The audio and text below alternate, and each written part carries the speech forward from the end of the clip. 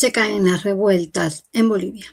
Lo que hace semanas parecía un cerco imparable contra el gobierno de Rodrigo Paz empieza a mostrar grietas por todos lados, menos piquetes, dirigentes divididos y una ciudadanía agotada de vivir entre escasez, rutas cortadas y precios disparados. Hoy mismo. Y aquí está el golpe político para Evo Morales. La protesta que buscaba doblar al país se está desinflando justo cuando sus sectores más duros intentan vender resistencia. ¿Qué pasó en las carreteras? ¿Por qué la COB retrocede? ¿Y quién paga la factura? Te lo contamos ahora mismo. Arrancamos con el dato que cambia el clima político. Los bloqueos ya no tienen la fuerza de antes. La administradora boliviana de carreteras registró 52 barricadas en rutas de 5 departamentos, cuando semanas atrás el promedio diario superaba las 80. Es una caída visible, medible y políticamente incómoda para Evo. La protesta cumple alrededor de 40 días y aunque todavía mantiene cerrado parte del eje central del país, el desgaste ya se siente en la calle. No estamos ante una retirada total, pero sí ante un movimiento que empieza a perder oxígeno, coordinación y capacidad de presión nacional en serio. Rodríguez Paz intentó capitalizar esa baja con un mensaje directo. El presidente dijo lo siguiente: por medio del diálogo, los puntos de bloqueo desaparecen. La frase no es casual. Busca instalar la idea de que el gobierno resiste, conversa y deja que el cansancio haga su trabajo político interno hoy. El problema para los movilizados es que ya no basta con cerrar una carretera para convencer al país. Cuando faltan alimentos, escasea el combustible, suben los precios y se interrumpe el transporte público. La protesta deja de verse como presión social y empieza a sentirse como castigo colectivo contra todos. Y ahí aparece el punto más delicado para Evo Morales. Sus sectores afines apostaron a una estrategia de asfixia, bloquear, resistir, elevar el costo político y forzar concesiones. Pero el bloqueo prolongado también desgasta al que bloquea, porque la gente común termina preguntándose quién le está defendiendo realmente hoy. El propio dirigente campesino, David Mamani, reconoció el cansancio interno en entrevista con Urgente. Afirmó lo siguiente: las organizaciones sociales sentimos ese debilitamiento y cansancio. Puede que haya un dirigente que diga, vamos al diálogo. Esa frase vale más que cualquier discurso oficial de barricada encendida y agotada completamente. Porque cuando un dirigente admite debilitamiento, el relato de fuerza empieza a romperse por dentro. Ya no se trata solo de que diga el gobierno, sino de lo que sienten las bases. Fatiga, incertidumbre, presión social y temor a quedarse atrapadas en una pelea sin salida clara posible ahora. Por eso la flexibilización de las demandas no parece un detalle menor. La semana pasada los sectores movilizados pidieron al gobierno definir una agenda de trabajo para negociar. Traducido en buen romance, pasaron de exigir renuncia y choque frontal a buscar una mesa donde puedan salir sin admitir derrota pública. La Central Obrera Boliviana también quedó atrapada en ese laberinto. Había previsto un encuentro nacional para definir la continuidad de las protestas, pero primero lo reprogramó y luego lo suspendió sin fecha. Cuando una central posterga la decisión clave, el mensaje político es evidente. No hay unidad plena, real interna. Según medios locales citados en el reporte, sindicatos obreros regionales de 5 departamentos pidieron levantar la medida y abrir diálogo con el gobierno. Eso no significa apoyo automático a Paz, pero sí revela que dentro del bloque movilizado muchos ya quieren bajarse de una protesta demasiado costosa para sus bases.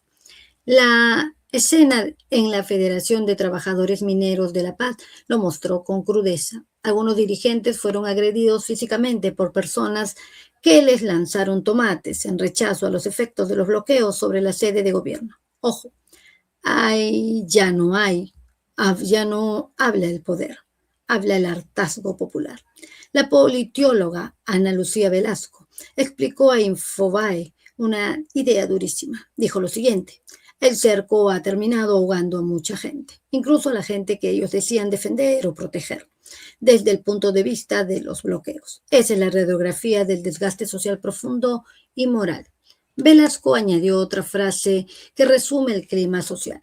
Ha surgido la idea de que somos los rehenes del país, que no merecemos el trato que recibimos, tanto del gobierno como de los manifestantes. Ese sentimiento es veneno para cualquier protesta que pretende hablar en nombre del pueblo boliviano entero. Y aquí la crítica a Evo Morales cae por su propio peso. Si sus sectores más cercanos presentan los bloqueos como defensa popular, pero la población se siente rehén, entonces el discurso se voltea.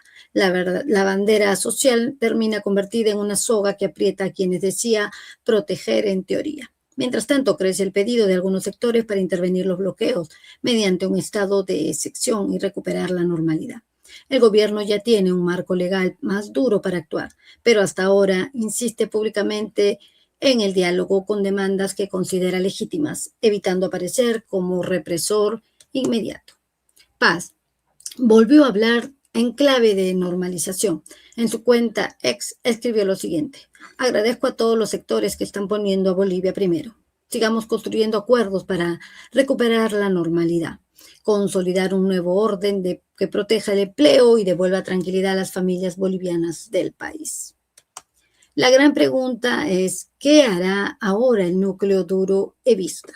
Porque aunque los piquetes bajan y la COB no logra definir una línea firme, los cocaleros afines de Evo Morales anunciaron que continuarán y buscarán fortalecer los bloqueos, es decir, pretenden remar contra la corriente del cansancio nacional político.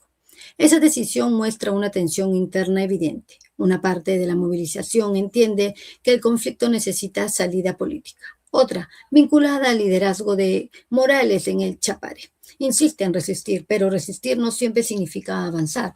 A veces significa quedarse solo, mientras el país empieza a mirar con fastidio.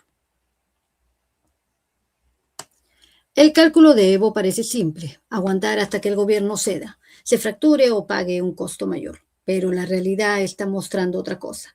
Con menos barricadas, sindicatos dudando y ciudadanos indignados, el costo también cae sobre los movilizados, especialmente sobre quienes aparecen como promotores del bloqueo evista. Además, Bolivia llega a este conflicto con una economía golpeada, tensiones por combustible y una inflación que ya venía deteriorando la vida diaria. En ese contexto, cerrar carreteras no solo presiona al Ejecutivo, también encarece alimentos, corta suministros y multiplica el malestar de familias que viven al día ahora mismo.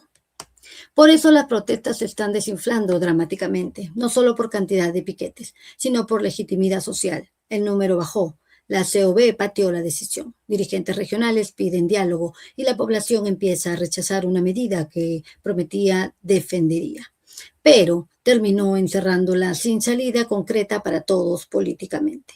Evo Morales puede intentar presentar esta retirada parcial como una pausa táctica, pero el mensaje político es otro. Su capacidad de mover la calle ya no parece ilimitada. La protesta que antes buscaba asediar al gobierno ahora debe explicar por qué sigue bloqueando cuando hasta sus propios aliados sienten cansancio. El gobierno tampoco tiene el camino despejado. La crisis no desaparece porque haya menos piquetes. Y Paz todavía enfrenta demandas sociales, presión económica y un país dividido. Pero en esta pulseada concreta, el impulso inicial de las revueltas perdió velocidad y eso cambia la correlación de fuerzas políticas internas del país. Y el cierre es claro. Bolivia no volvió completamente a la normalidad. Pero los bloqueos ya no avanzan como antes. Y para Evo Morales ese detalle es demoledor, porque cuando una protesta empieza a cansar a sus propias bases, ya no suena a revolución, suena a retirada política en marcha total.